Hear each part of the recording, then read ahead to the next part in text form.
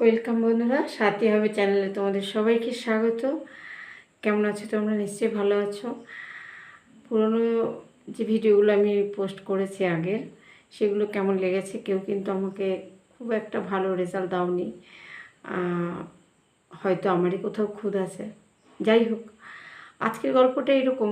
কোনো একজন গুণী ব্যক্তি বলেছেন যে ঘর ছোট হোক আর বড়ই, তাতে যদি মিষ্টি ব্যবহার না থাকে সেই ঘর ঘর নয়। সেখানে মানুষ তো দূরের কথা, পিঁপড়েও আসে না। তো চলুন আজকের ভিডিও শুরু করি।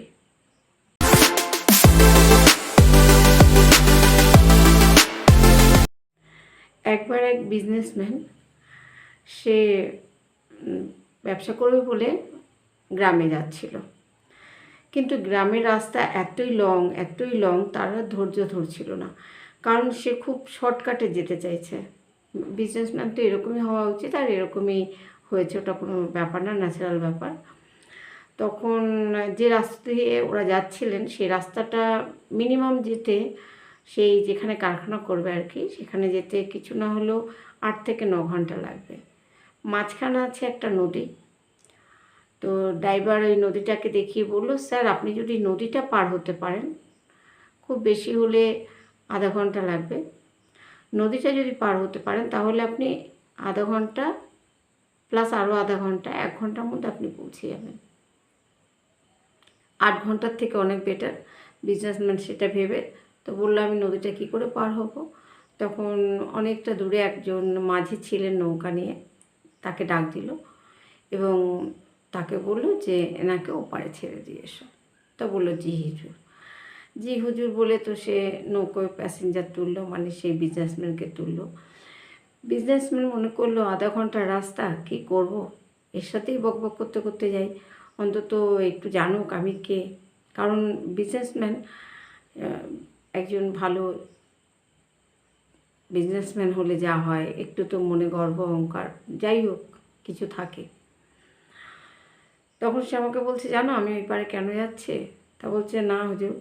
তা বলছে, ওপারে আমি একটা ফ্যাক্টরি খুলবো। ফ্যাক্টরি জানো তো? তা বলছে, না হুজুর, ফ্যাক্টরি কী জিনিস আজকে আমি এই শব্দটা আপনার কাছেই শুনলাম, কী জিনিস সেটা আমি জানি না। তো বলছে, ফ্যাক্টরি জানো না? তো বলছে, ও আচ্ছা ঠিক আছে। তো তাহলে তুমি কি জানো? শুধু এই না মানে নৌকো বাইতে জানো? এরকমভাবে ওনাকে টুকটুক করে ছোট বড় কথা বলতে বলতে যাচ্ছিলেন। কারণ সে একজন সফল বিজনেসম্যান, তার তো একটু অহংকার হতেই হবে, আর যেটা থাকে। তো যাই হোক, এরকম করতে করতে হঠাৎ নদীতে খুব জোরে জোয়ার এলো।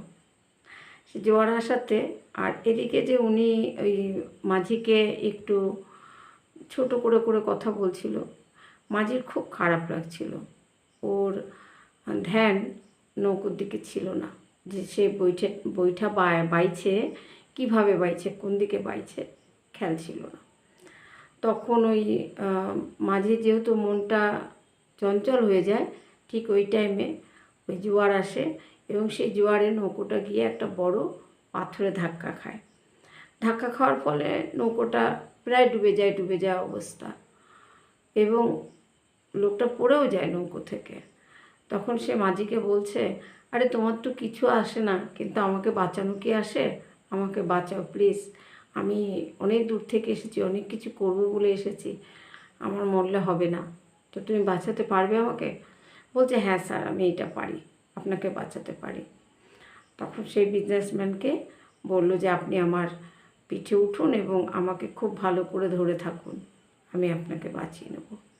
বিজনেসম্যানকে সেই মাঝি বাঁচিয়ে নিল, পাড়েও তুলে দিল, আর বলল, স্যার, যার যার গুণ ভগবান আলাদা আলাদা দিয়েছে, তাই কারুর গুণকে কখনো ছোট করবেন না। যেমন আমি আপনাকে বাঁচালাম, আপনি কি পারতেন আমায় বাঁচাতে? এইভাবে যদি আমি জলে পড়ে যেতাম, পারতেন না, না? তাই কাউকে কখনো পরিহাস করবেন না।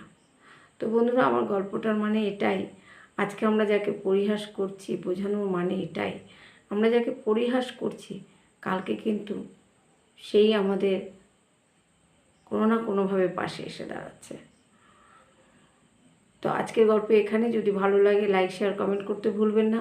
প্লিজ সাবস্ক্রাইব করবেন, তাহলে আমার আর একটু উৎসাহ থাকবে।